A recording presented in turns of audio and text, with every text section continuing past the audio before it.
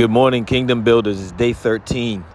And forgive me if my background is really loud and you can't hear me. I'm recording this on the streets. I didn't really have a quiet place, and it's still quite early where I am, so bear with me. Let's talk about yesterday before we go into day 13.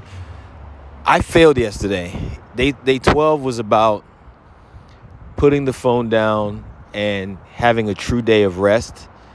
And I thought it was going to be simple, but yesterday was a revelation for me how busy and how hungry our minds are. We're constantly trying to feed it with something to do. I used to think that I rest.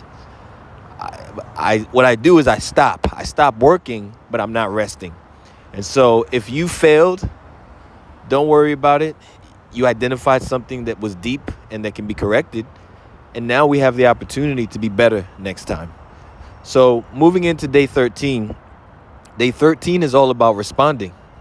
I had a conversation this morning with someone who today was one of her milestone moments. She had a client that was supposed to be there at 9 a.m. And an employee shows up late. And it was like, what do I do? That's a great moment to complain. Why is this happening to me? Why are they late? How come, I'm not in control? So you're trying to control the uncontrollables. And that's what day 13 is about. Day 13 is about what are you going to do when life punches you in the face? When life gives you the undesirable, how are you going to respond? Day 13 is about the test, okay? And the test is not always about the test. The test wasn't that the person showed up late. The test is in the response, and life is always testing us. Okay, I just got tested this morning a few minutes ago. My driver told me he could not make it. Not that he was going to be late. He can't make it. We spoke last night. I confirmed last night. I confirmed the confirmation, and he tells me I won't be able to get you. And I'm like, okay, what is this telling me? And the test that life is going to give you, it's going to come through inconvenience, through disappointment, through rejection, through loss. I mean, there's all types of tests that life is going to give you, but the deeper test is going to be in our response. Are you going to complain, or are you going to give thanks? Are you going to respond from fear, or are you going to respond from faith?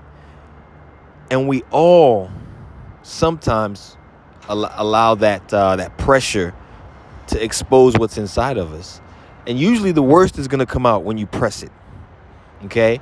Or are you going to be the one that allows something good to come inside of you? And I've been working on this, okay? So for me, there's been a lot of times where those rough moments, I can feel it, I just don't express it. And so I don't know if I'll ever get to a point where I'll never feel it. And I don't know if that's the goal. I think we're human and we're allowed to feel these emotions, but it's what you do with it, okay? Because two people can go through the same exact thing, and I see it in my wife. She goes through things that I don't see as a big deal, and then I go through things that she doesn't see as a big deal, but our responses are totally different. And what complaining does, and how this is related to our 30-day challenge, is complaining is going to really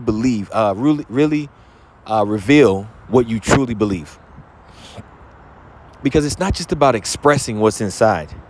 It's revealing what you believe about God. We can sit here and say all these Bible verses and quote these wonderful Psalms and these things. And that's okay, but do you really believe these things? When you complain, I think it's the same thing as saying, God, I don't trust you. I don't trust what you've allowed to happen in my life. The waiter the driver canceled on me. I don't trust that you know better. Maybe that guy was going to, take me somewhere and kidnap me. I don't know. I'm just being extreme. But we don't know. We don't know. And to start complaining is saying, I don't trust. When I do something for my kid and I know better and my kid starts to complain, they don't know. It's telling me that they do not trust my judgment. It's saying, I don't respect you sometimes either. I mean, I think it can say that. And so what complaining does for us is when we get tested, it interprets the test before the test is even over. And that's not the perspective that we as kingdom builders need to be operating from. As a kingdom builder, we should be able to wait for the test to be over, give thanks, and know that this test has allowed something in us to grow, has allowed us to grow, has allowed someone else to grow. But complaining is making a final assessment before God has even finished doing what God was supposed to do in your life. You see the closed door, and now you say, oh, I can't believe this is happening. You see something that's not going on, the relationship, the divorce, whatever it, and you make a complaint.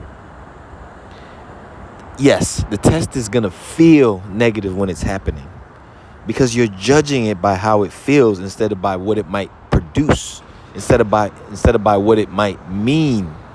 You're giving it meaning before you've even allowed God to even speak to your heart. And somebody was telling me the other day, this we have so many new terms. This toxic positivity. That's not what this is, guys, okay? This is thanksgiving, and it's rooted in faith. It's rooted in trust. It's not toxic positivity where it's just some mental framework that, you hear about in psychoanalytics. This is spirituality. This is something deeper than belief. It's knowing. Giving thanks doesn't mean pretending that something that's painful feels good. I'm not saying that. It doesn't mean labeling something that's evil as good. I am not saying that. I'm not saying you should suppress or deny that you're feeling, the loss or the grief or the disappointment. It's not denial. Thanksgiving is a decision. And it's a decision about who am I going to put my trust in? Where am I going to place my faith? I feel this way, yes. But I'm giving thanks because I know that this thing that has happened to me, it has been allowed by something greater than me. And we can acknowledge that, yes, this hurts. But in that acknowledgement, we can still know that God is present, that God is with us. We can say, I don't like this, I don't understand this. But we can also say, but I trust. I trust that this moment does not define who I am. That this moment does not have the final say. That there's something good that's going to come out of this. And that's maturation or maturity. That's mature faith. And it's not always about being happy. You don't have to be happy about what happened. Sometimes it's just refusing to let what happened determine who you become and how you respond. And there's this famous verse that I've heard people say that comes from the Bible. Give thanks in every situation. And it's so interesting, the translations. I don't see how I can give thanks for every situation. I can't give thanks that, these things are happening. But I can give thanks while I'm in them, while I'm experiencing them. And I think what the essence of that verse is saying, gratitude can still be present in the middle of chaos. And not because the test itself feels good, but because God is good and because God has something bigger. And that test, Joseph said it, what they meant for evil, God meant for good. I've lived this so many times, and we just keep forgetting all the things that happen to us that come back full circle. It's just the law. And every single test that we go through, we have a choice. And between what happens and how we respond, that choice is going to determine how we face the day, the year, the month. It's going to determine the trajectory of your life. And I believe, this is my personal belief, if you don't pass the test the first time, it's going to come back around until you pass it. And I think that's why complainers remain complainers, winners remain winners. Because they build up that momentum of complaining. You failed the test, you see it again. You fail it, and you don't realize you keep seeing the same people because you're complaining about them. You're not giving thanks. You're not appreciating. I went through this for years in my business. And I realized, wait a minute, I'm complaining about this type of person. I keep seeing them. And the moment I identified it, I promise you, we haven't looked back since. You can't feed that frustration. You can't feed it. I can't rehearse every time something's going wrong. Keep running it through my head. I had to choose a different posture. And I'm encouraging everyone today, on our day 13, look again. Look again. When that thing is happening, when that test comes, look again. Complaining is going to always tell you this is going wrong. Thanksgiving, this might look like it's going wrong, but I trust God. Complaining, I got nothing good going on. Thanksgiving, I still have something that God has given me to steward. For the fact that I can think that I have nothing good means I have a thinking faculty. I have a brain.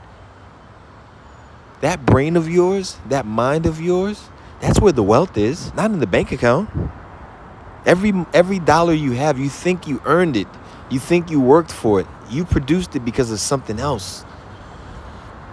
And so the test that we all face every day in our home, in our marriage, in our business, it's going to reveal what's inside of you. So today, let's think about these tests when they come, and let's not complain.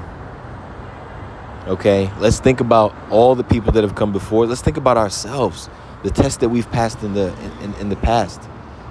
And let's move forward today in gratitude, in thanksgiving.